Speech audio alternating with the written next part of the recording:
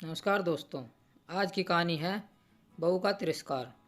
सोनिया ने किचन का काम जल्दी निपटाया और अपनी सास लक्ष्मी जी के कमरे में चल दी।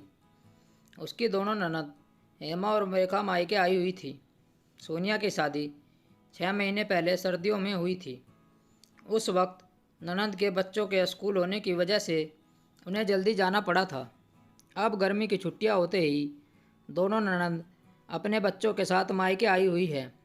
वैसे तो सोनिया का सारा समय किचन में ही बीतता था, फिर भी सोनिया कोशिश करती कि वह दोनों ननद के साथ समय बिता सके। सास के कमरे से दोनों ननद के हंसने की आवाज़ सुनकर सोनिया का भी मन करता कि वह भी उनके साथ बैठकर हंसी ठिठोली कर सके।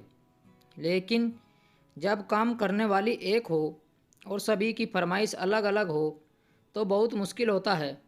लेकिन सोनिया एक अच्छी बहू, भाभी और मायके होने का फ़र्ज दिल से निभा रही थी। जैसे ही सोनिया कमरे में पहुंची, लक्ष्मी जी और दोनों ननद चुप हो गई। सोनिया की वहीं पास में बैठ गई और दोनों ननद से हाल चाल पूछने लगी। दीदी, आप लोगों के ससुराल में सब कैसे हैं? यह क्या फालतू सवाल पूछ रही हो बहू? सब अच्छे हैं, तभी तो दोनों यहाँ चैन से रहने आई हैं। लक्ष्मी जी ने जवाब दिया। मम्मी जी, मैं तो बस दीदी, सोनिया अपनी बात कह ही रही थी कि लक्ष्मी जी ने रोक दिया। अच्छा, ठीक है, पहले यह बताओ कि हम लोगों के साथ यहाँ बात करने आ गई हो, छत से कपड़े ले आई? वो कौन लाएगा? सुबह से धूप में पड़े हैं, अब तक सूख कर पापड़ हो गए होंगे। जाकर उन्हें ले आओ और शाम के नाश्ते की तैयारी करो। लक्ष्मी जी की बातें सुनकर सोनिया हैरान रह गई। यही सास बेटियों के आने से पहले उससे बहुत बातें करती थी, लेकिन आज उसे अपने पास से काम करने के लिए भेज रही है। सोनिया सिर हिलाकर चुपचाप कमरे में चली गई और उसके कमरे से बाहर आते ही दोनों ननद और सास की हंसी गूंजने लगी। ऐसा पहली बार नहीं हुआ था। सोनिया जब भी उनके आसपास रहती तो तीनों चुप रहती। उसके बाद भी इस तरह से की जाती कि सोनिया को एहसास होता कि जैसे सोनिया इस घर का हिस्सा ही नहीं है।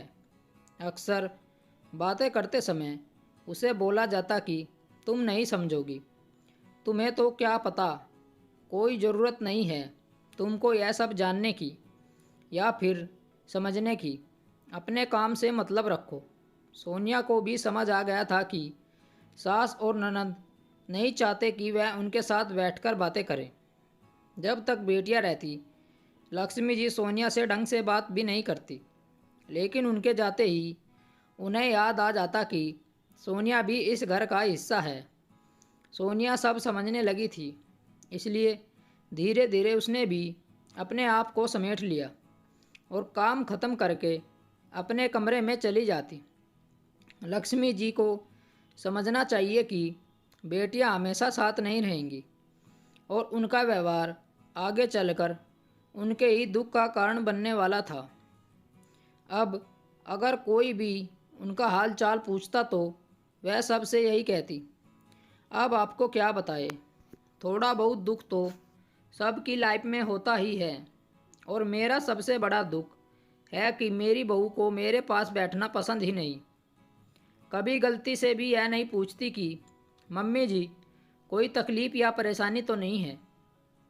अब जब मुझसे ही नहीं पूछती तो मेरे बाद मेरी बेटियों से क्या पूछेगी। बस काम ख़त्म करती है और अपने कमरे में चली जाती है।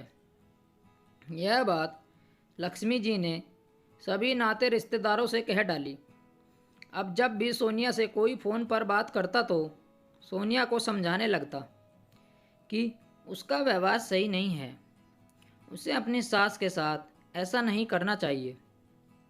सोनिया सिर्फ मुस्कुरा कर सबकी बातों को नज़रअंदाज कर देती। आज दूसरे शहर से लक्ष्मी जी की बहन सुषमा अपनी बेटी की शादी के लिए लड़का देखने आई हुई थी। सोनिया ने घर पर ही बहुत अच्छे से इंतज़ाम किया था। मेहमानों की भी बहुत अच्छे से आओ भगत की। लड़के वाले बहुत ही खुश हुए और उन्होंने तुरंत ही शादी के लिए हाँ कर दी। उनके जाते ही लक्ष्मी जी अपनी बहन और भांजी को लेकर अपने कमरे में आ गई। सोनिया ने भी सब काम खत्म किया और लक्ष्मी जी के कमरे में गई, यह पूछने के लिए कि मौसी जी को कुछ चाहिए तो नहीं। लेकिन अपना नाम सुनते ही वह कमरे के बाहर रुक गई। मौसी जी सास से कह रही थी, दीदी आपने सोनिया के बारे में हमको सबको जैसा बताया वह तो बिल्कुल वैसी भी नहीं है। वह तो बहुत ही मिलनसार और हंसमुख है। उसने अकेले ही सब बढ़िया इंतजाम कर दिया। उसे ही देखकर लड़के की माँ ने यह रिश्ता किया है कि जब बहू सुखद है तो परिवार भी बहुत अच्छा होगा। छोड़ो सुषमा, तुम नहीं समझोगी। वो मेहमानों के सामने अच्छा बनने का नाटक करती है। वह झूठी मुस्कान लिए घूम रही है और ऐसा दिखा रही है जैसे इसे मेरी बहुत चिंता हो। नहीं तो रोज़ काम ख़त्म हुआ नहीं कि अपने कमरे में चली जाती है। मैं तो उससे बहुत दुखी हूँ। लक्ष्मी जी मुंह टेढ़ा करके बोली, मम्मी जी वैसे दुख तो मुझे भी है। सोनिया दरवाजे पर खड़ी होकर बोली, दुख? तुम्हें कौन सा दुख है बहू? लक्ष्मी जी असमंजस में थी।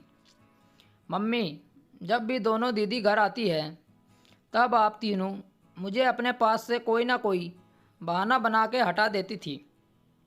मेरा भी मन करता था कि मैं भी आप तीनों के साथ बैठकर बातें करूं, साथ में घूमने जाऊं, लेकिन मैं उस समय आप तीनों की नौकरानी होती थी जो समय पर खाने पीने और उनकी सहूलियत का ध्यान रखे। लेकिन जैसे ही दोनों दीदी ससुराल चली जाती थी आप चाहती कि मैं आपके पास बैठूं। मम्मी जी, मैं कोई चाबी की गुड़िया नहीं हूँ। जब आपका जी चाहा आपको बहलाया, नहीं तो कचरा समझकर कोने में फेंक दिया। मेरा भी आत्मसम्मान है और मुझे भी दुख होता है। आज मैं जैसी भी हूँ उसकी सबसे बड़ी वजह आप खुद हैं और आपका व्यवहार। बोलते हुए सोनिया की आंखों में पानी आ गया। अपनी बात कह सोनिया जाने लगी तो लक्ष्मी जी ने रोक लिया। रुको सोनिया, तुमने सही कहा। मुझे याद है कि तुम काम ख़त्म होने के बाद भी मेरे पीछे पीछे साथ ही रहती थी, लेकिन बेटियों के आते ही मैंने हमेशा अपना देखा, लेकिन कभी तुम्हारी तरफ नहीं देखा कि तुम्हें भी अकेला महसूस होता होगा। मुझे माफ़ कर दे बहू। आगे से मैं तुम्हारे और हेमा रेखा के बीच कभी भेदभाव नहीं करूँगी। आज सास बहू के बीच की सब गलतफहमियाँ दूर हो गई थी।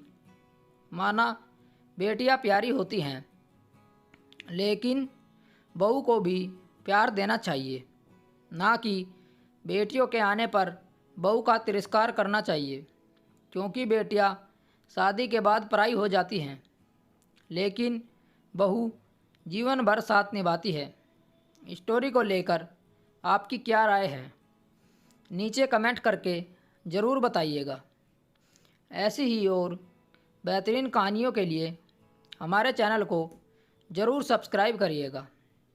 कहानी सुनने के लिए आप लोगों का बहुत बहुत धन्यवाद। राम राम दोस्तों।